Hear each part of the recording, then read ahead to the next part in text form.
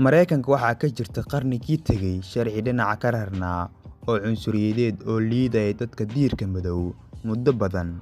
Waxaa ka mid ahaa sharciga ka jira meelo badan oo ka dhignaa in qofka cad iyo qofka madow aysan isku kursi fadhiisan karin, iska daa isku kursi xitaa aysan isku saf fadhiisan karin markii la raacayo basaska dadweynaha. Sharcigu wuxuu ahaa in kuraasta bas kasta 4 saf ee ugu horeysa ay dadka caddaanka gaar u leeyihiin, halka 4 dambe ay leeyihiin dadka madow, kuwa dhaxana ay yihiin kuwa inta gadaal xigta madowgu leeyahay, inta hore xigtana dadka caddaanka fadhiistaan.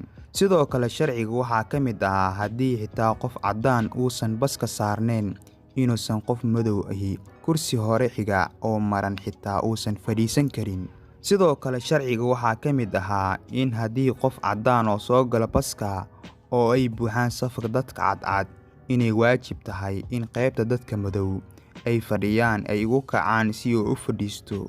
Hal qof hadduu yahay saf oo dhan baa kacaya oo ma ay mudna inay ag fadhiistaan.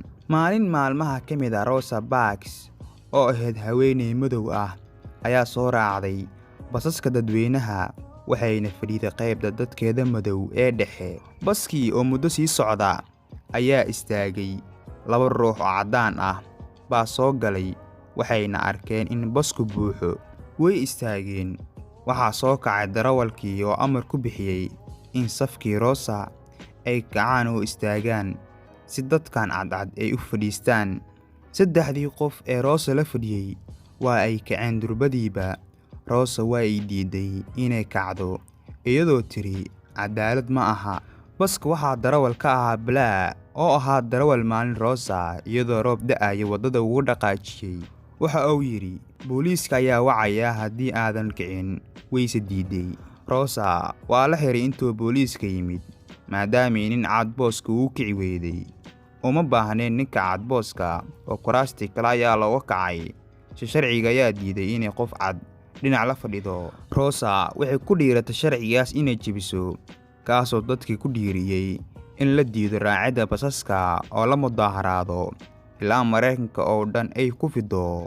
Muddo sanad ah oo arrintaasi socotay, waxay Rosa horseeday in meesha laga saaro sharcigaas oo cunsuriyadda ahaa ee dhigayay in ninka cadi kan madow uusan la fadhiisan karin, kursigana ugu kaco. Waxay ahayd haweeney u dhaqdhaqaaqaysay xilligeedii xuquuqda dadka madow.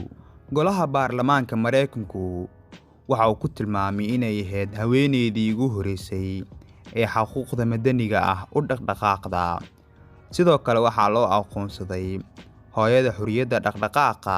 Waxay dhalatay Rosa 4 February 1913.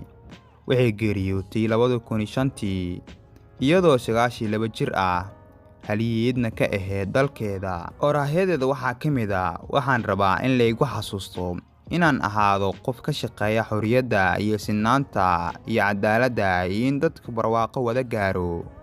I would like to be known as a person who is concerned about freedom and equality and justice and prosperity for all people.